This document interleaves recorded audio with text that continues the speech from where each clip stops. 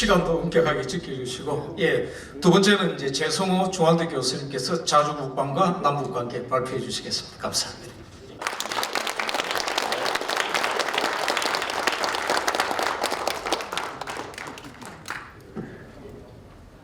여러분 반갑습니다. 저는 자주국방과 남북관계라는 그런 제목으로 발제를 하겠는데, 그에 앞서서 박정희 대통령의 뭐라 그럴까, 관심사라고 그럴까, 또는 역사적인 소명의식을 가진 건 두 가지 주제였다고 생각합니다. 하나는 민족 중흥이고, 그걸 다른 말로 얘기하면 조국 근대화이죠. 두 번째는 조국의 평화적 통일에 대한 그 사명의식을 갖고 있었어요. 그거는 이 두 가지는 국민교육 헌장에 서두와 말미에 딱 이 두 가지 용어들이 다 나옵니다. 그래서 그러면 이런 목표랄까, 또는 이런 과제랄까, 역사의 과제를 생각하는 박 대통령이 10월 유신을 왜 단행했을까?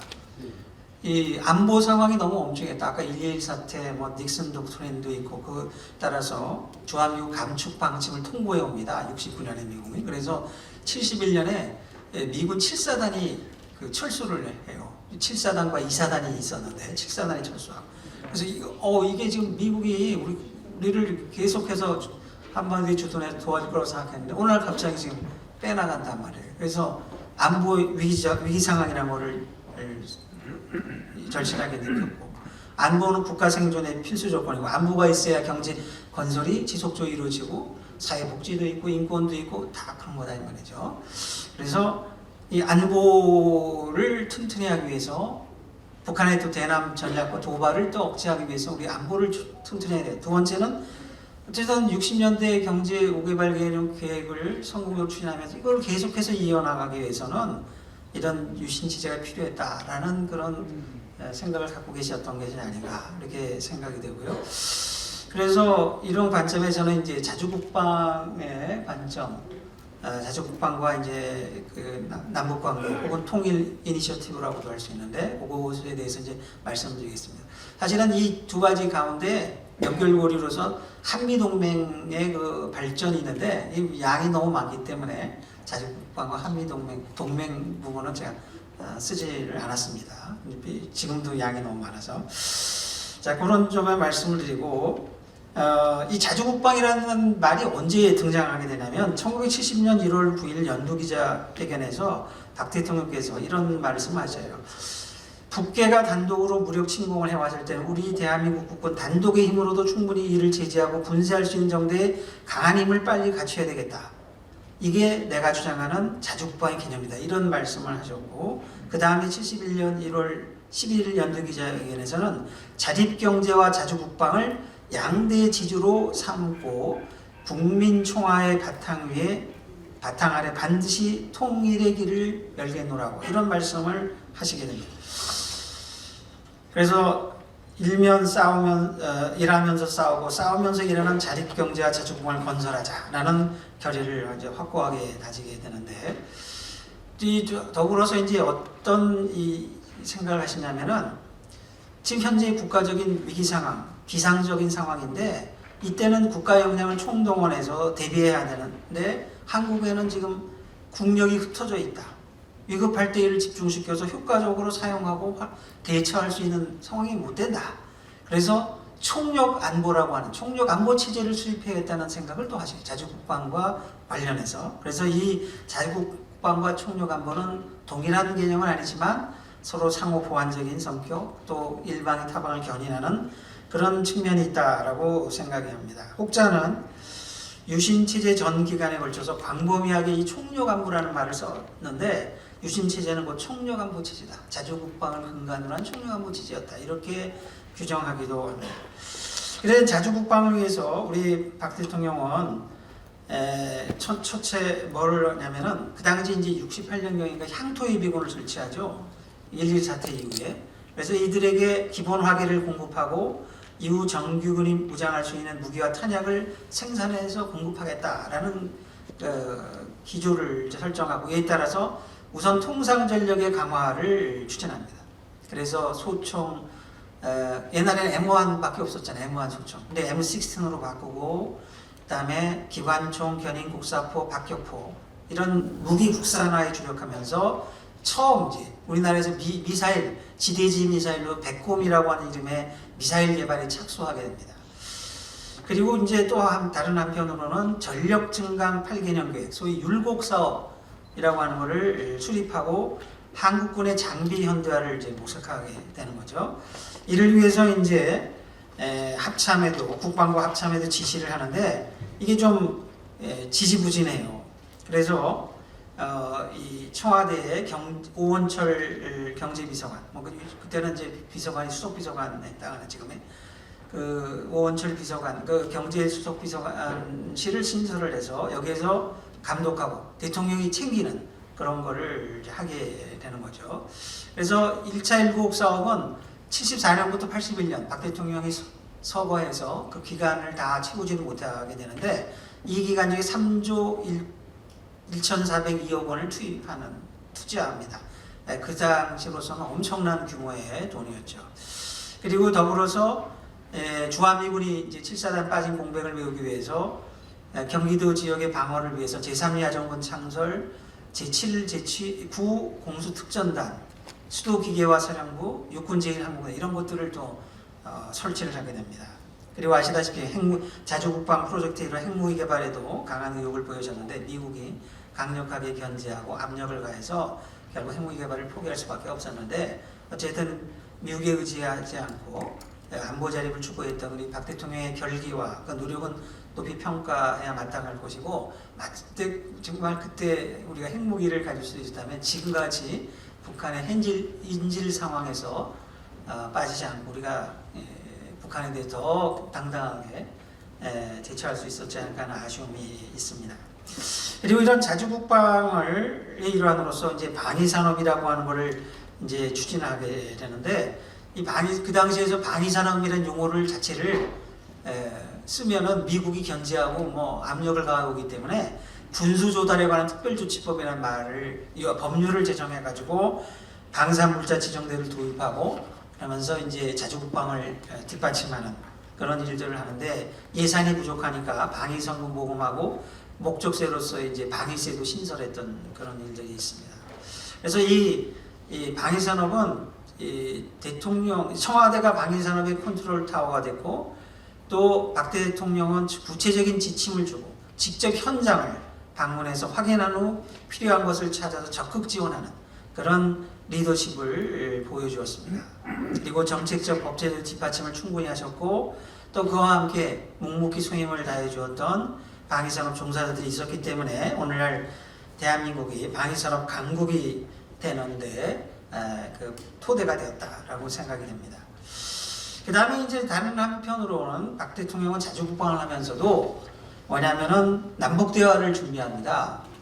통일 이니셔티브 차원에서 왜 이렇게 남북대화를 하게 됐냐에 대해서 뭐 무슨 이걸 정치적 이유로 해석하고 곡해하는 사람들이 있는데 제가 여기 이 책에 보면 각 주에 제가 102번 96페이지에 있는데 남북조절위원회 대변인을 했던 이동복 전 의원은 뭐라고 얘기했냐면 제가 이제 사석에서 이건 논문에서 출처 인용할 수는 없습니다.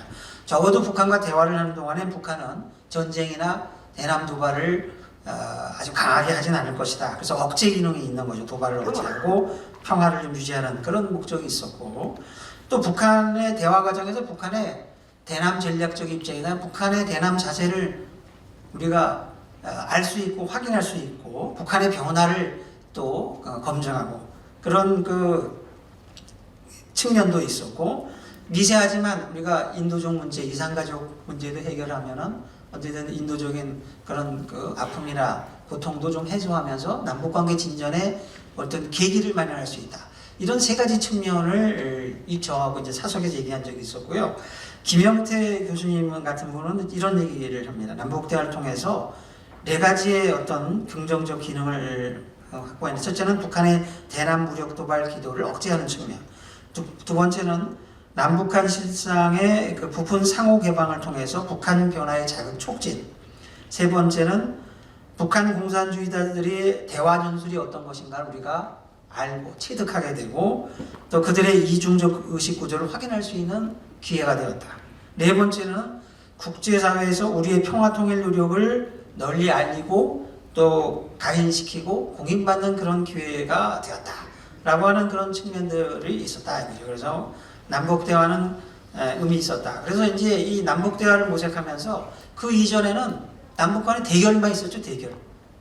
군사적 대결 또 이념적 대결만 있는데 대결 한편 대결하면서도 또 대화를 하는, 즉 대화 없는 대결 시대에서 대화 있는 대결 시대로 변화를 모색한 측면이다. 그래서 이런 뭐 유신 시대 이 남북 대화나 통일 정책은 사실 유신 헌법 또 유신 10월 유신 발표 이후에 시작한 게 아니라 이미 70년부터 시작이 됐어요. 그래서 70년에 박 대통령이 8.15 평화 통일 부상선언이라고 하는 걸 발표하셔요. 여기에 보면은 그리고 72년에 유신헌법에서 또 통일에 관한 내용들이 있는데 그것이 이제 제4공화국 혹은 유신시대에서의 통일 정책을 규정하는 어떤 기본적인 어떤 철학적인 바탕이 되었다 이렇게 생각이 되는데 이 8.15 그 선언을 전부 다 얘기할 수는 없는데 여기서 뭐 중요한 정신이랄까 이런 건 뭐냐, 긴장 완화가 지금 시급하다. 긴장 완화가 있어야 평화적 통일도 가능한 거다. 긴장 완화. 도발을 억제하는 거죠. 두 번째는 뭐냐, 인도적 견지에서 통일 기반 조성을 할 그러면 적극적인 이니셔티브를 취하겠다. 그런 노력들을 하겠다는 것이고, 세 번째는 남과 북이 개발과 건설 창조에 있어서 선의의 경쟁에 나서자. 뭐 이런 겁니다. 다섯 몇 가지가 더 있지만, 근데 이제 많은 사람들이 주목하지 않는 부분이 하나 있는데 이 선언에 보면 제가 쭉 전문을 다 읽어보면은 북한의 폐쇄적인 사회 체제도 시대의 진운인 자유와 물결에 의해 스스로 변화될 것이다.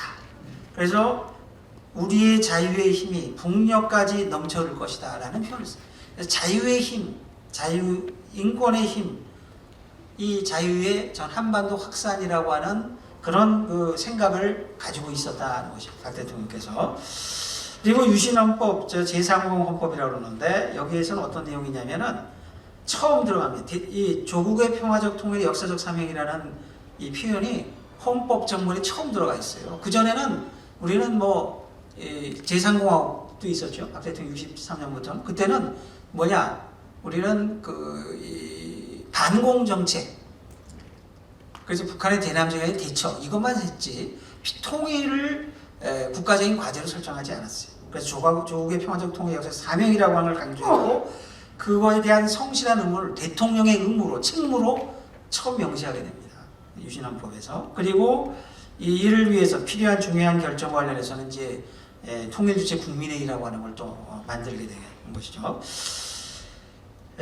그리고 이제 실제로 이제 적극적인 이제 대북 정책 또 남북 대화에 모색을 하는데 그래서 71년에 최두선 한적 총재가 남북 적시자회담을 제안을 해서 이후에 이제 25차례 예비회담을 하고 7차례의 본회담을 개최하는데 구체적으로 우리가 이산가족 상봉과 같은 성과를 내지는 못했지만 어쨌든 뭐냐면은 덜 민감한 인도적 분야에서 남북관계 개선을 모색하고 또 이 분야에서 대화를 최초로 추진했다라고 하는 것이 역사적 의미가 있고요. 또 이를 바탕으로 해서 인도적 대화인 이 적시자회담에 부분적으로는 다 그 당시에 중앙정보부의 국장급들이 그 회담에 참여를 했어요. 그러면서 이 이산가족을 위한 적시회담을 하면 다른 한편은 정치회담을 준비했습니다. 그래서 밀사들이 오고 가죠. 이유락 정보부장이 가고 그 전에 또 뭐 정홍진 씨라든가 이런 가요.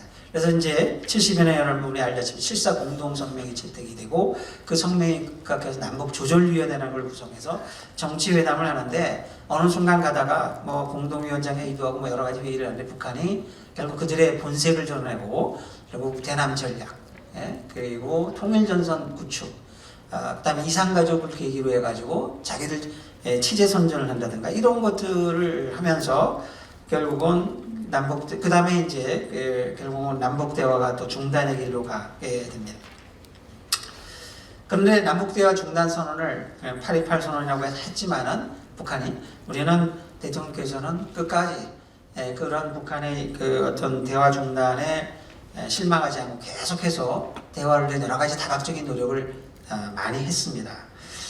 그리고 이 한편으로는 대화를 하면서 이 통일에 관한 어떤 원칙 선언, 평화통일 외교정책 선언이라고 6.23 선언이라는 것을 73년에 발표를 하고 그때 남북한 상호 유엔 동시가입 제안을 했어요. 그 당시로서는 엄청나게 파격적인 제안이고 이거는 서독의 브란트 정부가 취했던 할슈타인 정책을 포기하면서 소위 동서독이 기본관계 조약 체결로 동시 유엔 가입을 하거든요.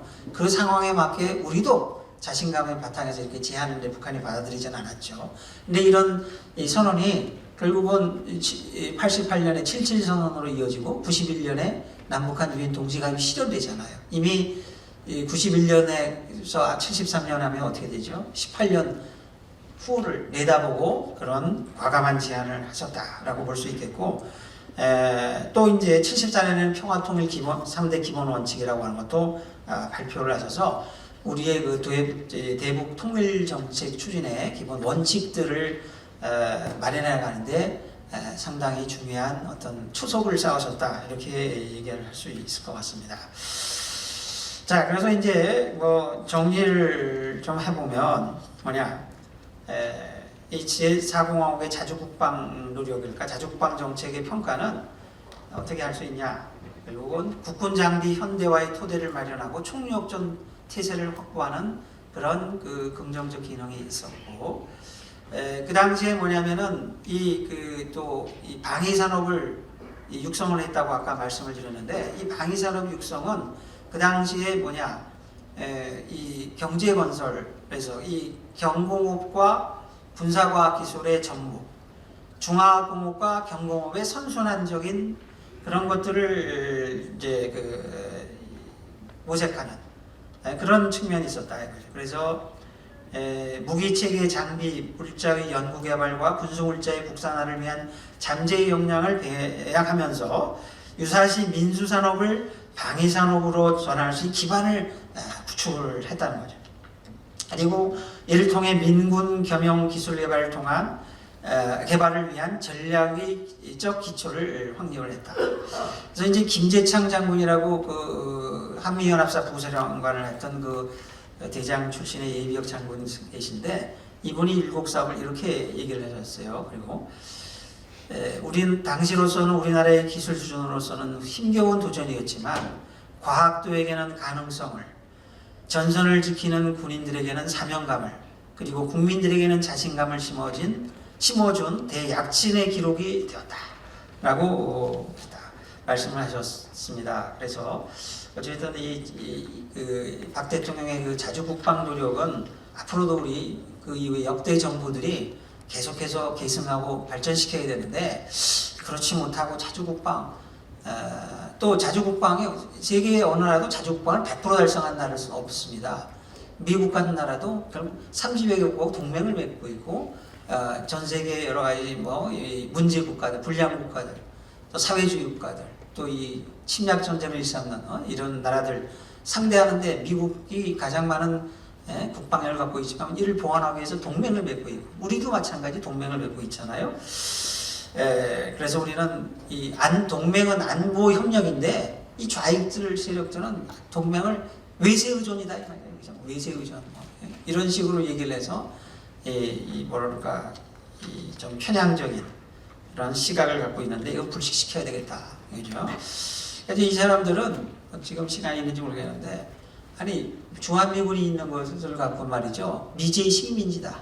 우리는 또 미제에 종속돼 있고 자주권이 성립돼.